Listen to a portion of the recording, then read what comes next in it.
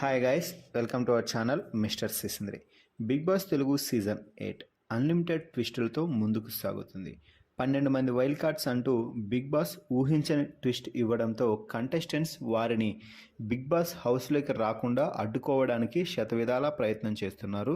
ఇది కాసేపు పక్కన పెట్టినట్లయితే బిగ్ బాస్ హౌస్లో నిఖిల్ స్ట్రాంగ్ కంటెస్టెంట్ అన్న సంగతి ఎవరైనా ఒప్పుకోవాల్సిందే. అయితే గత కొన్ని రోజులుగా నిఖిల్ చేస్తున్న కొన్ని పనుల కారణంగా నిఖిల్ తన గేమ్ను తానే స్వయానా పాడు చేసుకుంటున్నాడా అని అనిపించక మానదు. ఎందుకంటే పృథ్వీ, సోనియా చెప్పిందే కరెక్ట్ అనుకుంటూ ముందుకు పోవడంతో నిఖిల్ మీద హౌస్లో ఏ ఒక్కరికి కూడా నమ్మకం లేదు.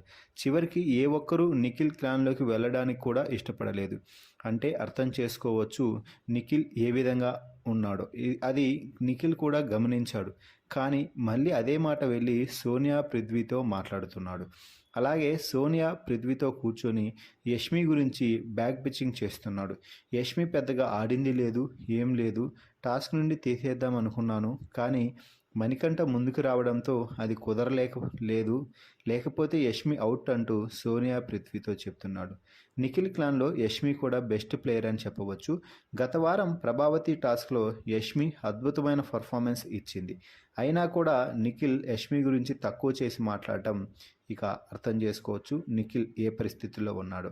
ఇక మూడో ఛాలెంజ్లో గెలిచిన వెంటనే బిగ్ బాస్ సీత క్లాన్ నుంచి ఒకరిని తీసేసే అవకాశం నిఖిల్ క్లాన్కి ఇవ్వగానే అందరూ కలిసి నబీల్ను తీసేశారు.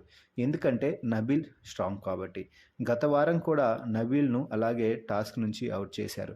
అయితే ఈ వీక్ నామినేషన్స్లో మాత్రం నిన్ను స్ట్రాంగ్ అని మేము టాస్క్ నుంచి అవుట్ చేయలేదంటూ గొప్పలు చెప్పుకున్నారు. మొత్తంగా నిఖిల్ క్లాన్ చీఫ్ అయినప్పటికీ పేరుకు మాత్రమే చీఫ్.